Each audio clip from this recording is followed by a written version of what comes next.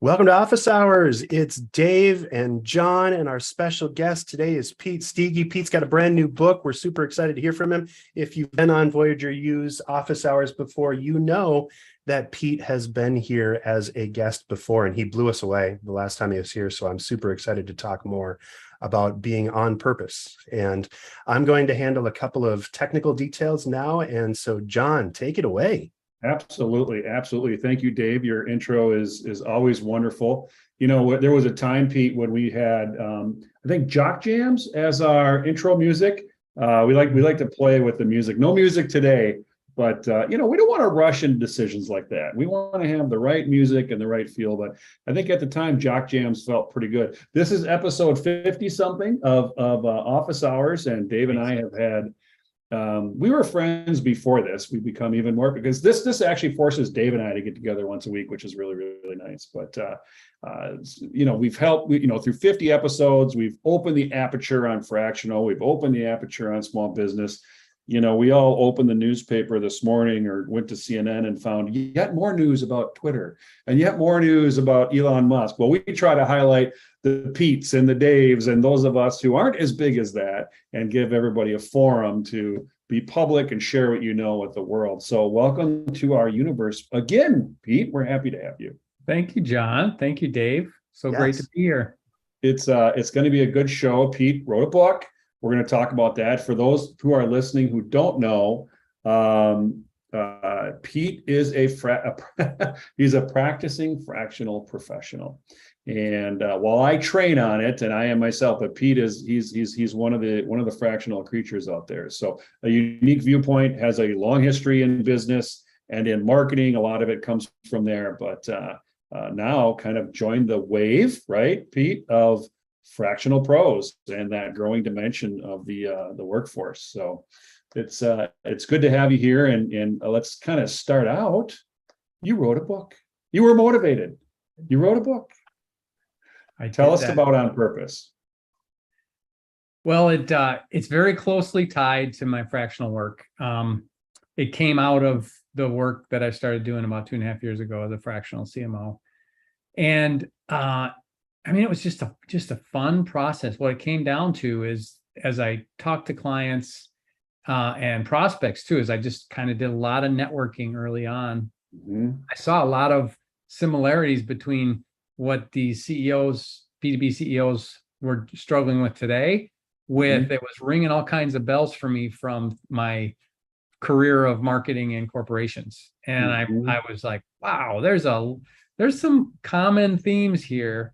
And that kind of became that, plus kind of my framework that I'm using with my CEOs to help them with their marketing, came this point of view, I guess, that a lot of marketing is struggling, and a lot of the struggle is coming from action without purpose or action without meaning, empty calories, and finding a way to instill that in a business through marketing is a huge difference maker. And it is difficult, and everything has become more difficult in all dimensions of work, I think, now, because the pandemic and the aftershock of that has changed everything. It's like a Monopoly table that's been flipped over by an angry participant. We're still trying to put the table back together. But your title is interesting. On Purpose. The CEO's Guide to Marketing with Meaning.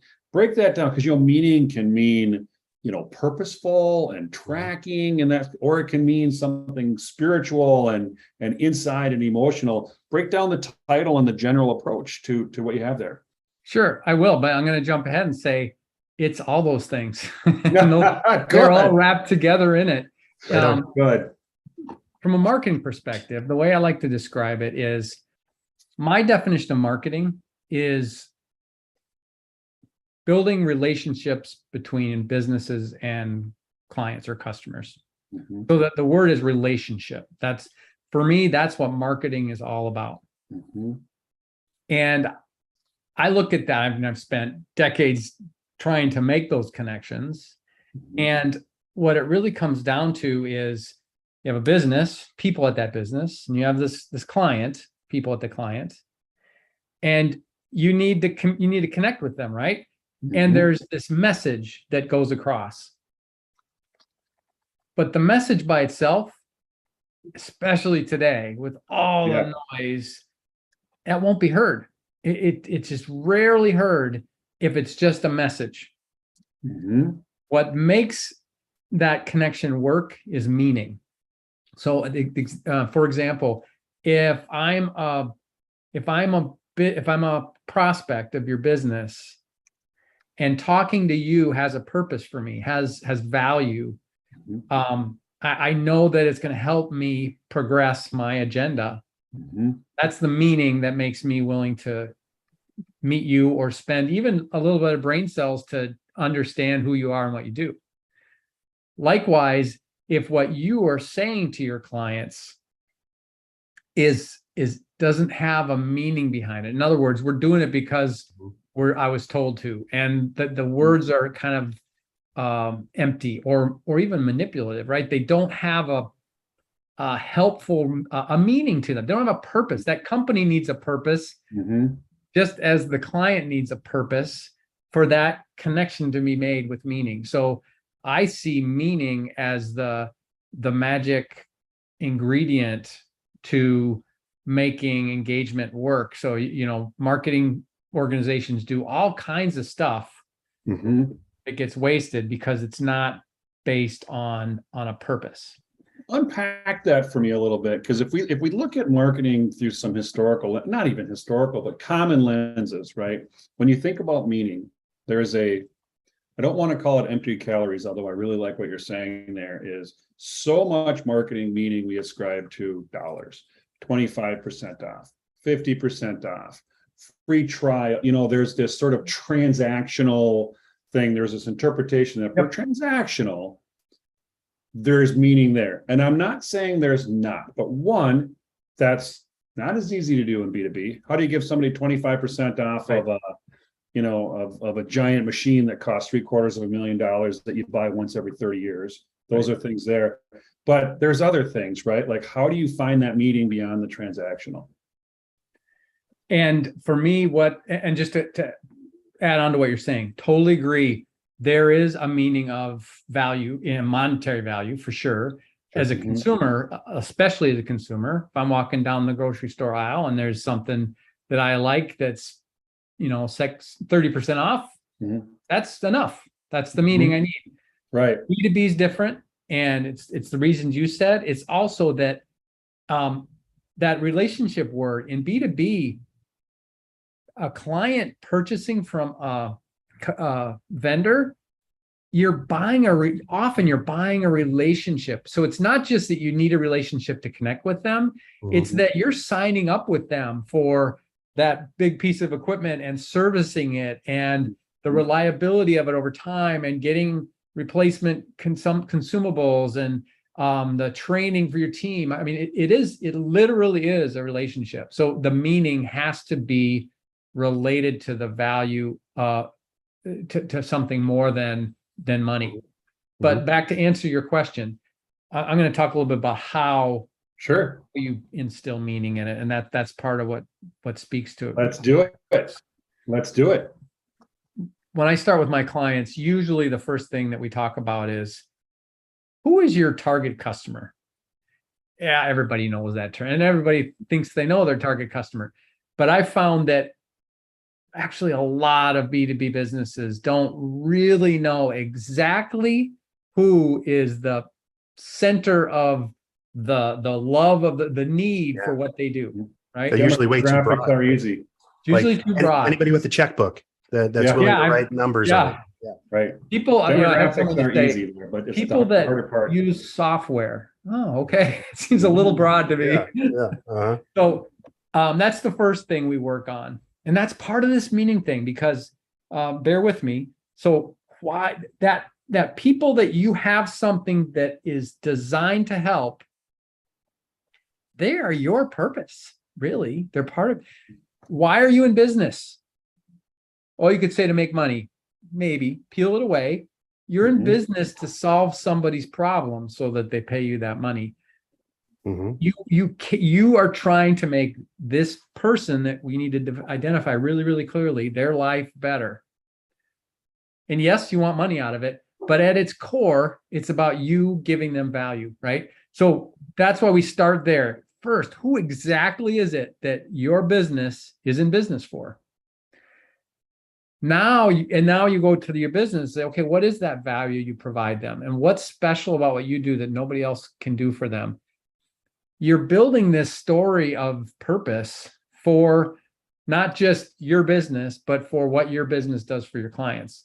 And that becomes what I call the truth chain. That becomes the source of the stories that are going to resonate with that audience, because they're based on meaning. Again, they're based on the truth about why we're all here in this conversation, right? So that meaning is the beginning of everything. If you have that first, then you can build all the marketing tactics and strategies and plans, and everything comes off. If it comes off of that core of meaning for why you're in business, it's all consistent because it's all wrapped around that one common truth. It's authentic, and people and businesses know when you are authentic. They notice. They may not even do it consciously, but they notice when you are telling the truth about this value here, right? It just resonates as authentic, right? Yeah. It's authentic, right? Yeah. So that meaning and it's very generous too. I think you picked up on this. What we're talking about is giving. So in the book, I talk about the three, I don't call it this in the book, but I've since started calling it the three superpowers of marketing. And it's authenticity, intentionality, and generosity. And those are what turn marketing meaning. That's what turns meaning into relationship. Those three things together. Dave, I know Dave's smoking what you're rolling there, because Dave talks about this a lot. Is we have to provide value. Generosity is very valuable. Meaning is very valuable. Authenticity is very valuable. And I've heard Dave on stages, get that megaphone out. However, it's hard though, isn't it, guys? It's hard. For some reason, maybe it's the way people do business and start businesses, or maybe it's just where we are. But I think it's more rare than not for business to say, I want to get between the ears. I want to understand the customer journey. I want to get into the authentic stuff. I want to get that's gray matter, ethereal, stuff. And a lot of people are like, you know what? I can't we just, do a new website, get a bunch of emails going. Okay, maybe we'll Let's get just to do pay per click. Let's just do SEO. Buy the leads. Yeah. So the brain. Can I buy a list? Oh my God. Can I buy a list? Right. And we see more of that, I think. I mean, you guys talk about this, but I see more of people on the transactional, just do stuff, and less on the thinking and authenticity. Now, those who win, as we all know, and hopefully we take our clients there, spend less time on shit and more time on the fact. Why do you guys think that dynamic is there? Well, the biggest thing that I think, and I'm super curious to see what Pete thinks, because the book is all about this, I assume. But people want quick fixes. People want to, we're in a short-term culture, and if I can just buy a list and have things magically happen, if I can just buy that new sales guy and get more leads in, then I don't have to answer the hard questions. I don't have to figure out who I am or how I serve people, because I'm just making money hand over fist. And what do I care? So the big thing for me is, you see this a lot on LinkedIn, where people just say, hey, I would love to link with you on LinkedIn, and I have this proven process, and they go right into sell. I call it lazy linking. Finding what people need and what hurts for them and how you actually meet that need is investing in your long-term relationships and actually coming out way ahead. But it's also way easier just to spam a bunch of people and hope the numbers are going to work out in the end. So the easy part, right? The easy and the numbers game. A lot of people come to business and, well, it's numbers. I was talking a little bit about the Chris Lindahl effect in the Twin Cities market. You can't drive on a freeway without seeing multiple Chris Lindahl. I mean, it's just tonnage. It's media tonnage. Yeah, exactly. Just like that. And I don't know him. I don't know the business. I'm sure he's a fine individual. That's a method, but I think there's something left out of that, right? Like tonnage. Yeah, you know who he is, but meaning, I can't take meaning out of the tonnage. It's hard for me to do that.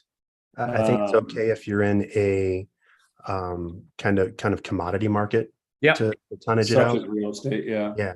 Yeah. And the other thing is there's a marketing is not there's not a silver bullet for marketing. No such thing. And that's what you were talking about, Dave, where, oh yeah, we'll just buy this. We'll make a list. We're going to go to the big show and that's going to do it for us this year. It's kind of the Super Bowl ad idea. And silver bullets don't really exist. What I like to do is go, again, forget about you for a minute, go back to the customer and their experience. The thing that Chris Lindahl's doing right is he's redone. We're getting a lot of impressions from him, right? Crystal clear message. It's not a one shot across the bow and great. Now our customers should come rolling in because they saw that one email campaign that we sent out. Well, no, they didn't. That didn't stick. And more is not better, despite that, because it's two things. It's the ubiquity, maybe, it's the getting in the water for your market. It doesn't mean you have to. You're probably not doing billboards, but the equivalent of that, maybe it's LinkedIn posts, maybe depending on your audience, maybe it's Reddit, maybe it's direct mail, whatever it is, but you find your way to be in front of your audience. But to me, the other really important thing, and I talk about this a lot in the book, is consistency. So let's go back to that idea of our company's purpose and that one truth we have. If you're a CEO, you think maybe you know really well why you exist and why you're in this world and who it is you help. Fun exercise, easy to do. You won't sleep well after it though, is go to a random group of people in your company and ask them those questions. And you will see this probably, maybe you're running you've got everybody on the same page, but often everyone in the company, from the salespeople to the service people to everybody, they're all touch points for your market. And if they are not all on the same page with what that truth of what you're trying to do, they're saying all kinds of stuff and it just all cancels out. And it sounds like gobbledygook collectively to your market. It's like if Chris Lindahl had 5 different messages on every billboard, every billboard was different. That wouldn't work. It's like that with your employees and your marketing programs, because often what people do is they don't think of that long game, that marathon, and they get excited about the new product launch. So yeah, we're going to do this campaign for the X7. Awesome. Tell them all about it. 6 months later, you're tired of the X7. Your customer's just on the verge of starting to hear about it. And it's time to talk about the X8. And oh yeah, we're going to use a whole different campaign and it's about different values and that multiplies, right? So consistency is tied to this meaning in that you are starting, if your source is this meaning, it's got legs, it's going to evolve, not disruptively change. Your story reverberates over space, over people, over time. Do you have processes that you can talk about a little bit to help people? I think with kind of what you're talking about, the meaning, right? I know that people watching and listening and people I talk to, they're like, give me a corner of the tape that I can start to peel that back. How do I do that? And the reason I say that is they probably know I've got somebody that's done I can do the tactical things. We've done tactical things. Most businesses have, but talk about how you get people to peel that back and actually do that hard work. Pursue the meaning. So a couple tools. One, let's talk about I'm going to talk about 2. One is the truth chain. So this is This is the idea that to get to that meaning, your story can't be about you. Your story has to be about your customer's problem, solving your customer's problem. They don't want to hear about you, right? It has to be in their terms. You bet. So I help people tell that story we start at each end of this chain. The top end is, who is that target? We already talked about that, right? Mhm. Really, do we know who it is? And let's Yeah. let's picture them, right? And Yeah. exactly what their problem is, the one that keeps them up at night that we can help solve. Mhm. Actually, first, I jumped ahead. First, who are they? Okay, we got that. Great. That's the top of the chain. The bottom of the chain, who are you? And that's that idea of, why did I start this business? Why are we in business? What's our, who do we serve? All that. So you got the two ends of the chain, and then I work with them to get to the middle, and we go step by step. So from the top, once you know who they are, the next question is, what is that keep them up at night problem that you can help them with? Mhm. And from the bottom, it's, what are the things that your company does? So this is your chance to talk about your product, right? What is it Yeah. you do that's so special, right? But you're not, so that you haven't made the connection yet. The magic and then there's what are stories that your customer would tell of that problem, right? What it is that they need. And this is in the book. This is in the book, The Truth Chain. Get the book. And then the magic middle, the connecting point, if you've done that work, it becomes pretty straightforward to say, what is it that we do that helps their problem? And it builds on what it is that you do that's special, Mhm. and it connects with what it is that they desperately need that you can help them with. Yep. And that's your lynch point. That's the center of your true story. Yeah. So that's how your meaning comes from telling that true story about why you're here. Yeah, you should do another show or another thing with. We had a guest on a few weeks ago, Patty Radford Henderson, and she. I think you and her. Have you met Patty? No. She's in our market. She's really brilliant. But it's interesting. She has a way to. I think what you're talking about is you can kind of get people there, right? We really should get in between the ears of our customers, really know who they are and we are, and intersect. That is something, but she has an interesting way to, and you've got a process in your book. She comes at it, she's like, well, start with the customers you have. So ask them. So that's a tangible thing.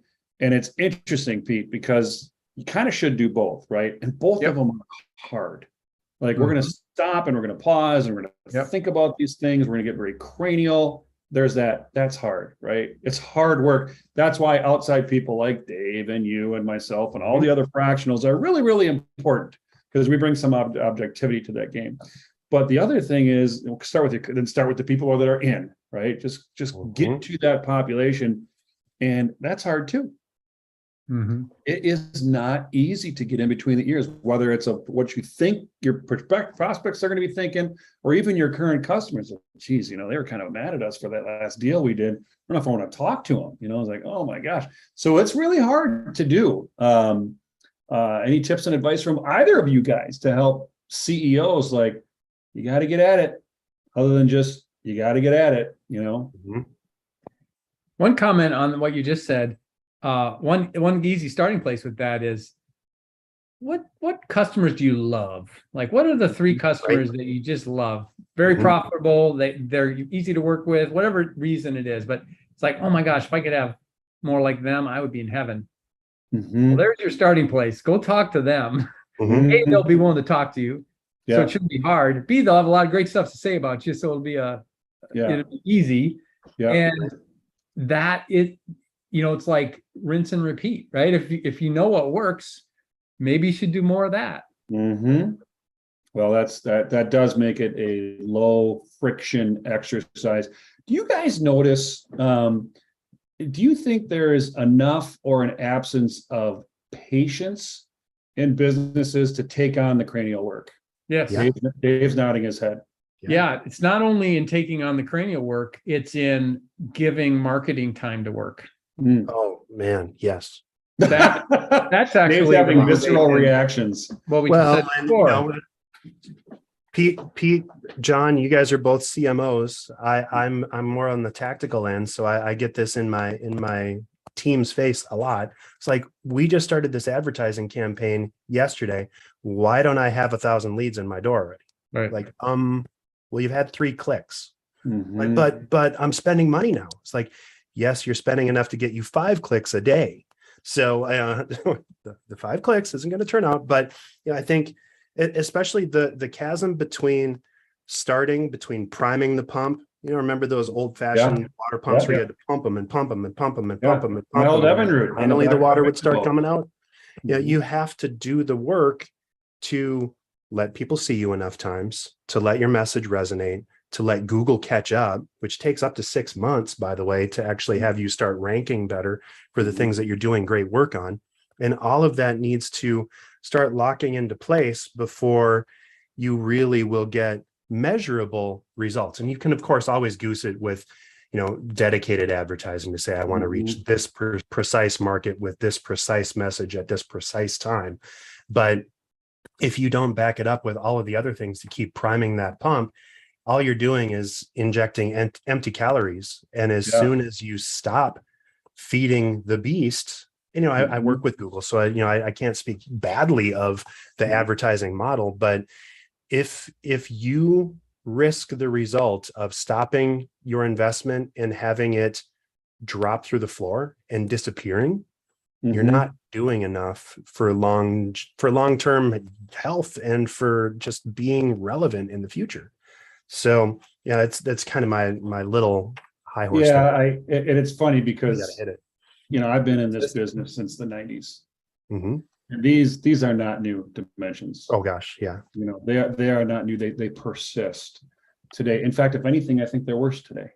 I think people used to have a little bit more patience, a little, and I don't know why, but we have to help clients overcome that, and because it's to their own benefit, right? It's good luck growing your sales without marketing.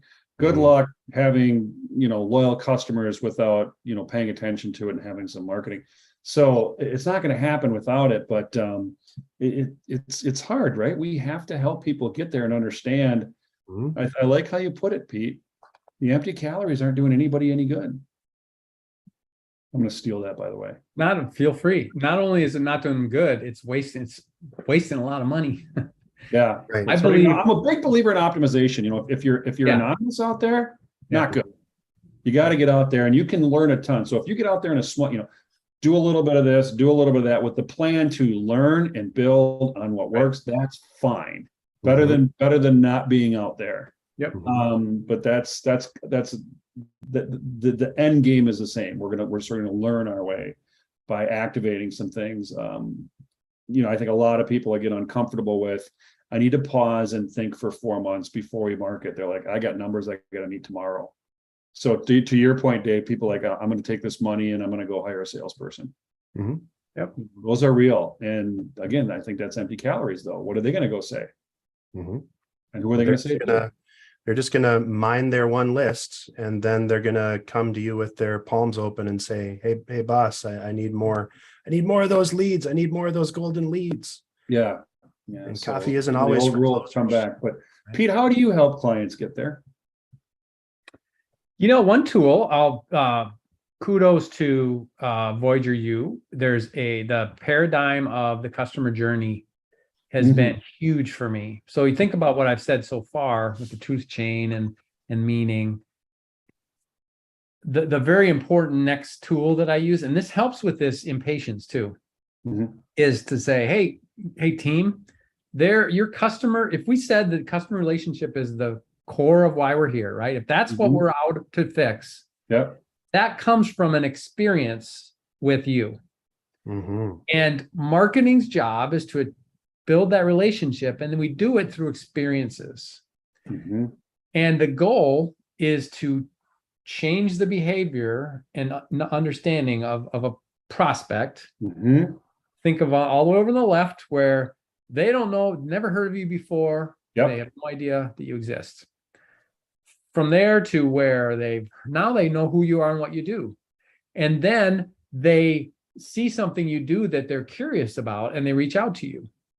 Then they learn more about you, and they build trust in you, and then they commit to you and buy from you, and then they use your product, and then they buy again. And lo and behold, the end of the 7 stages later, in a perfect world, they are an advocate. They're a champion for you. Mhm. I work with clients and say, let's brainstorm on. So it's all based on, again, once you know exactly who it is you're targeting. Now, okay, picture that prospect. What, in a perfect world, what would you want to happen? What experience would you want them to have? And what step would you want them to take to become a champion for you? Mhm. And we can go through step by step. What does that look like? What does that look like? And you build your customer journey ideal state. And then you go, okay, what's it like now? What's it like in real life? Right. And you come up with a gap analysis that's very, very eye-opening and helpful. What it points out is that you may be really good at customer satisfaction. Like once they buy from you, they love the product and they buy again, etc. But they can't find you, right? Or whatever it might be. Sure. So we use that to say our top 3 priorities are, number 1, this block. This is a block in our customer journey. It's just totally stuck. It's stopped up. Yeah. Over here, there's some resistance that it's pretty serious, but it's still flowing through. So those are our prioritized priorities, right? That gives you priorities. It gives you patience if you say, okay, now our metrics are going to be, we're focused on blockage over here in the awareness stage. So how will we know if we unblock them? Well, this behavior will change, or they'll see us 7 times in the market, or whatever it might be.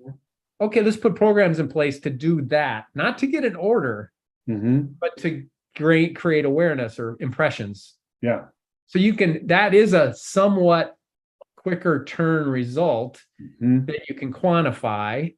And that's, if you've got everybody on board, it's addressing the biggest problem, right? So use that as your guide to divvy up your marketing budget, to set your metrics, to focus your team, to create messaging, all those things. And I found that's hugely helpful because it helps. Oh, another way it helped me, one client in particular, he was convinced, he wanted to grow his business. And he was convinced, I just need more new customers. If I could get more of these new realtors in the door, I would just, and he's spending all his time on that. We did the analysis of his journey, and we did some simple math about how much returning customers, how many times a customer, once he has them, how often they could reuse his business if he could get them to, and how much value there. We figured it was like 95% of his growth potential was in with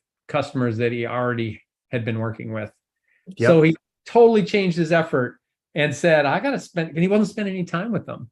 And it totally changed his behavior, and it was just an easy win. Yeah. So that customer journey is just gold. Thank you, Justin.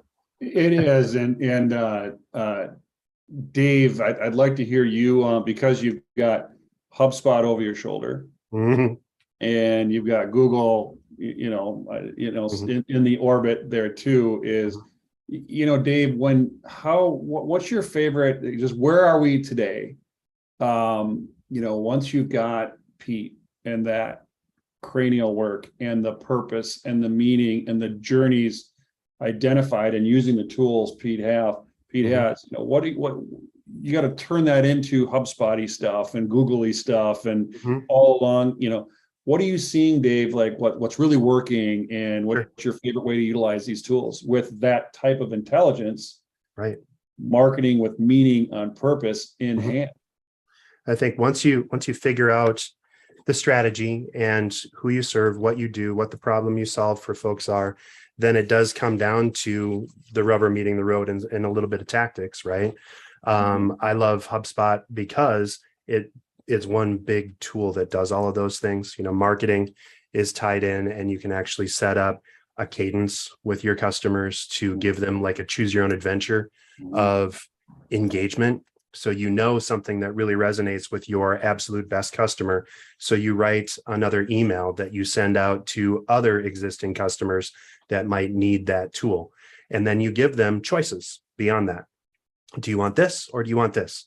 And if they don't respond at all to either A or B, well, then you back up a step with C and send them a follow-up email and saying, a lot of times our existing customers that are struggling with A or B, but are struggling in moving forward, a lot of times it helps them to do Z. And so you give them more options. And so you let them connect, you let them interact. And the cool part about marketing and sales automation, when it's done right, when it's not just lazy linking or any of that stuff, right? And trying to blast as much crap as possible to people, when you're providing helpful, informative, interesting stuff that lets people kind of follow their own breadcrumbs to what they need from you, is that it becomes your best salesperson that's always on, that's always available, and that fits what people expect today.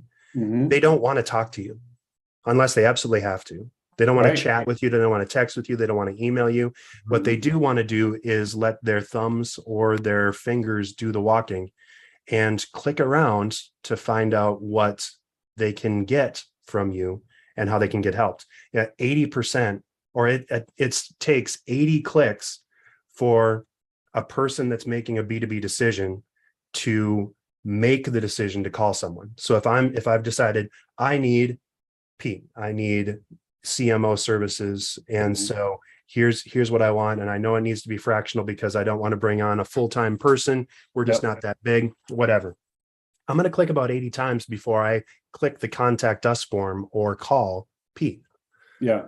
And so backfilling all of that is where the magic happens, because then they feel like they know you before you've ever picked up the phone.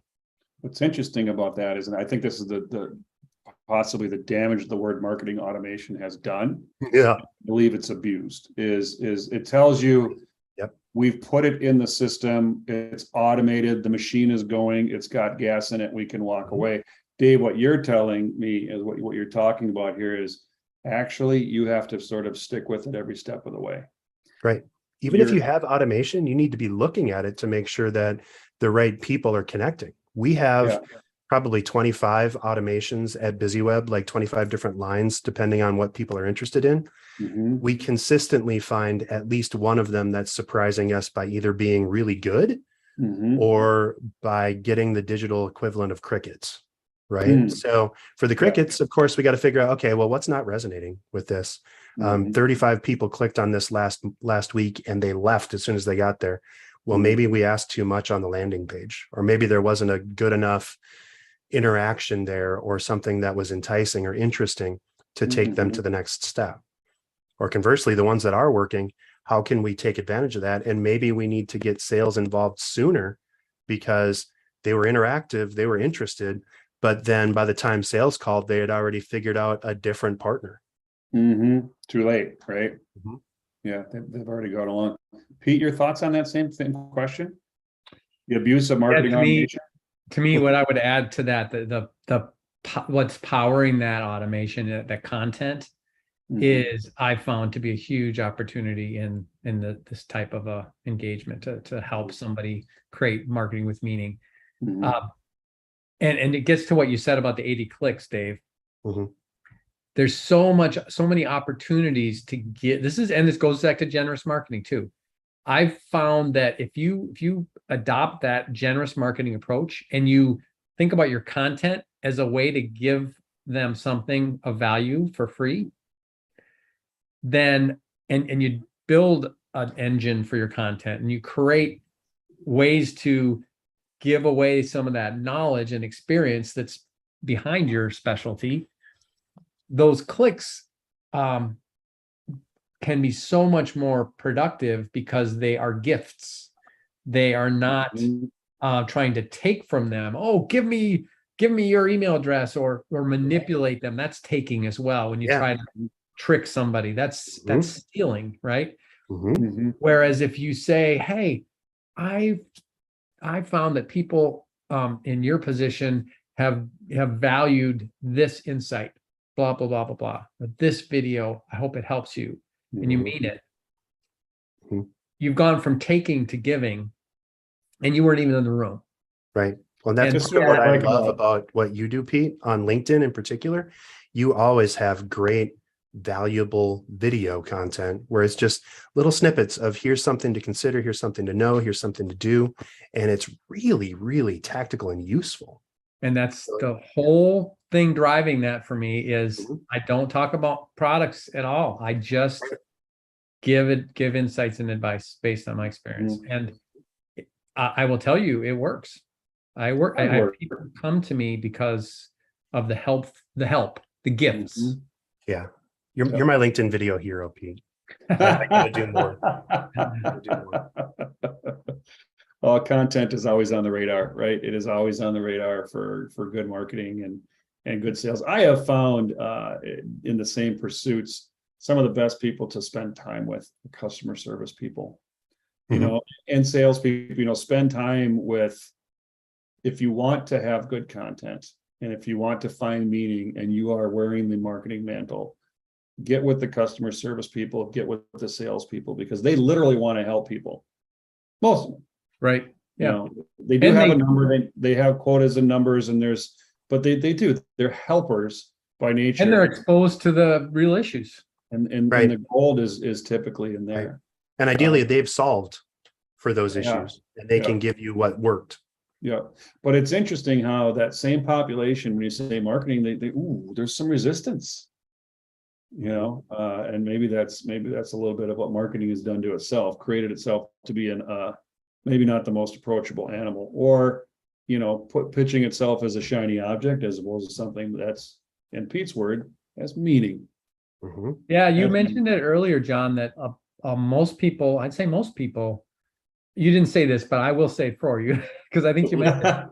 Most businesses don't do marketing that way. So it's understandable that that maybe the customer service people shy away from them because they are doing it transactionally and I think sometimes manipulatively, right? Yeah. Which you've heard me say, I'm not a fan of that.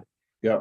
I think the goal should be to find your peeps, not persuade somebody into a new view. Mostly. Another random marketing stat, right, is it's 10 times harder to make a new sale from someone that's never heard of you before than it is to just make one more sale from somebody that does know you and love you. Right. Yep.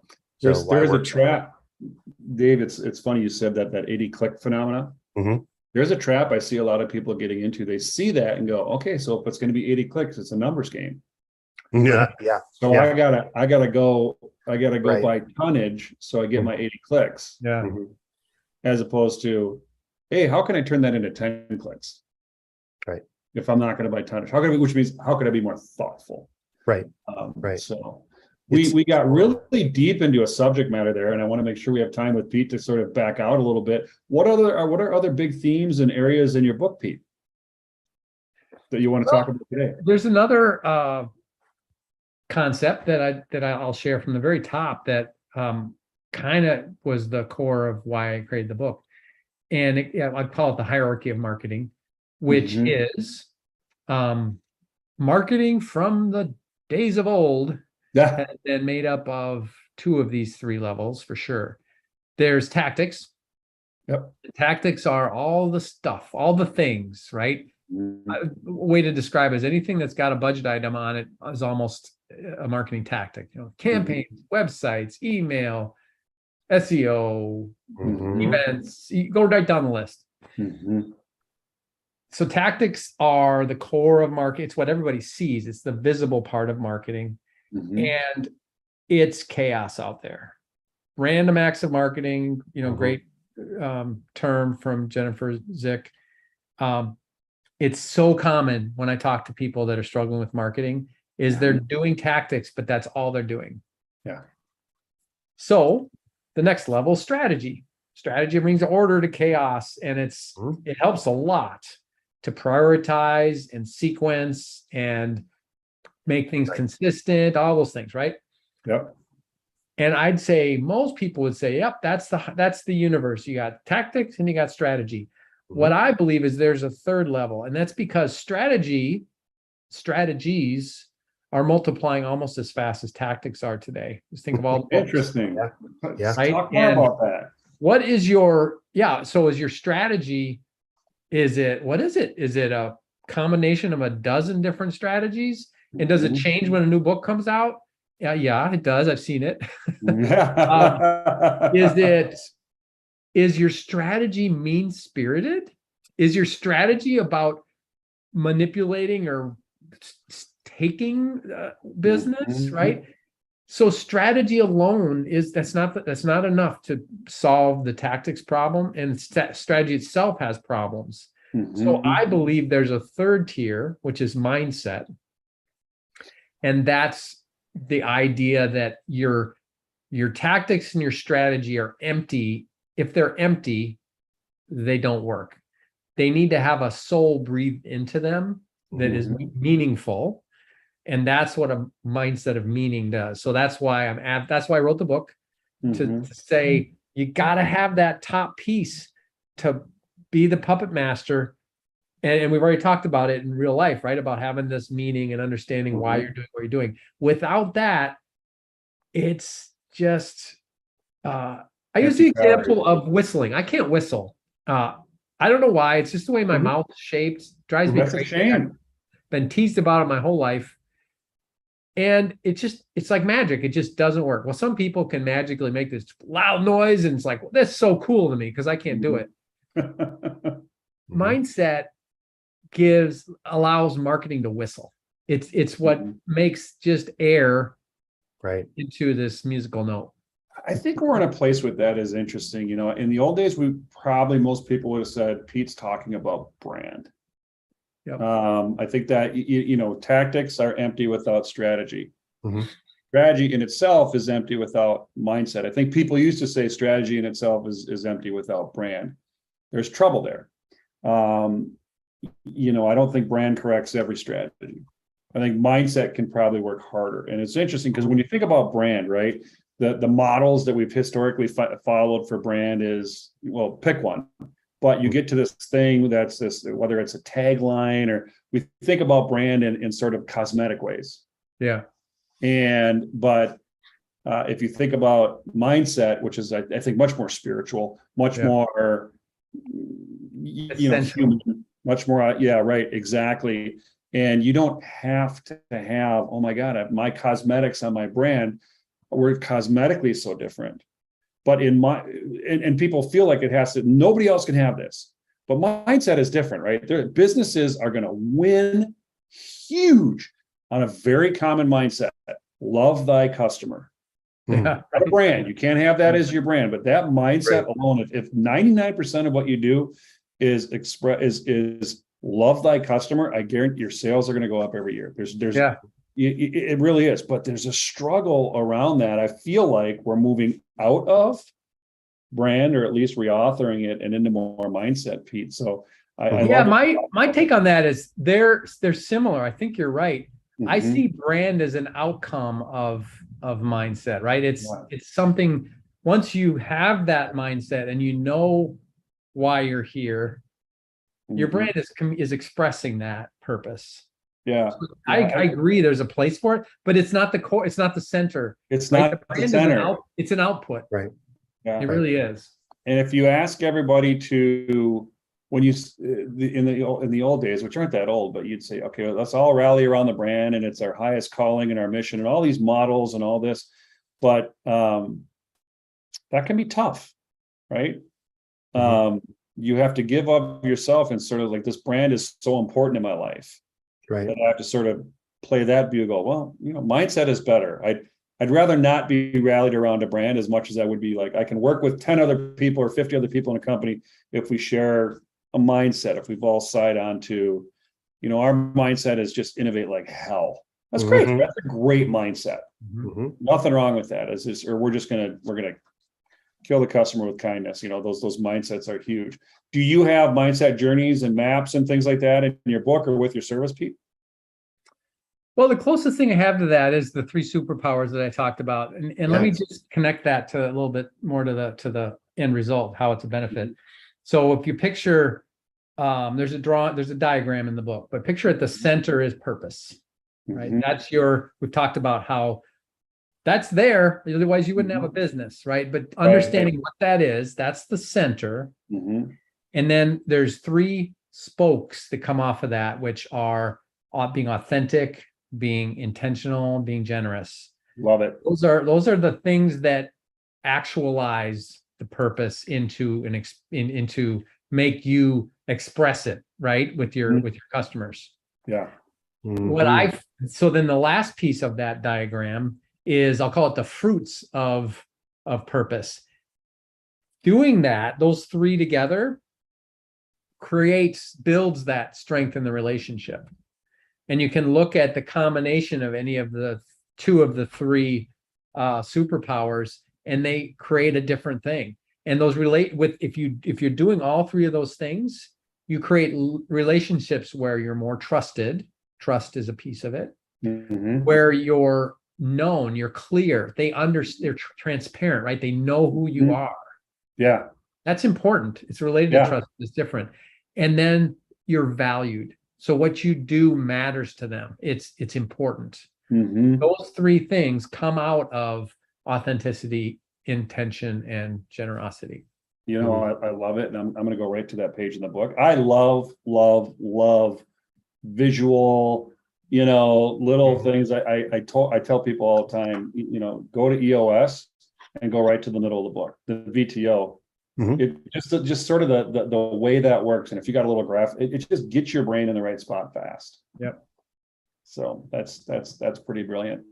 Well, this is awesome. So there's a lot going on at the book. There's a lot of stuff in there. Are you using this as your guide or worksheets or anything like that? Other than reading the book, it almost sounds like an EOS thing where there's a methodology and a mindset, but there's also tools built in. Does that come with the book too?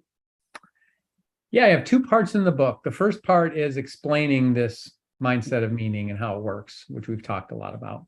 The second part, it's applying the mindset. And you'll recognize some things from UFM and Voyager. Yeah. That I've adopted some of those ideas and put them into my words. But I basically have there's maybe 15 chapters in there, and each one's about a different marketing thing. Like one's about SEO, one's about how to choose an awareness campaign. One's about thought leadership. So those topics that CEOs want to know what to do with, I kind of apply this thinking to bring it down to the ground, right? And to tactical. Some cases there might be a tool. Other cases it's just some advice. But it's just bringing reality to that. So they are the tools that I use with my clients. I have a working framework called Marketing GPS that I use with my clients. This is to me more the where to start, get your head right. This is how, let's get your head right. And then we can talk about how we can put together activate your marketing engine in your business. Yeah, you bet. Cool. You bet. So Pete, are you giving the book to all of your clients? I have given it away to, I've given it to, I think Is it required reading before you start with a new one? No, it's not required reading. Right. I leave it to them. And I got to tell you, it's weird. This is one of the weird things about being an author. It's new for me, right? Yeah. You're vulnerable, right? You're just like all your ideas in this book, and there it is. You're giving them to this person that you want to value you, and it's you really put yourself in a vulnerable situation. But I'm all in. It's like I believe in it, and I'm proud of it. So I'm happy to share it. And so I have been vulnerable is healthy. Yeah. Vulnerable is good. We're getting close to the top of the hour. I want to make sure that you've got a final chance, Pete, to leave our audience with what you want them to take away from both the book and just what you want them to know. So sure. Wrap us up. Yeah. So first just to wrap up the ideas, this book is written for B2B CEOs, but if you own a business, it can be your corporation of one. I've spoken with some solopreneurs that have gotten a lot of value out of these ideas. So I think that for the audience here, I encourage you to check it out. It's available on Amazon. You can get a Kindle version. There's a hardcover version. And I'd like to give a book away if it's all right with you guys. Yeah. Oh, cool. And not to you, sorry. I've already got one. It's too late for me, Pete. We both have one. Too late for me too. Yeah.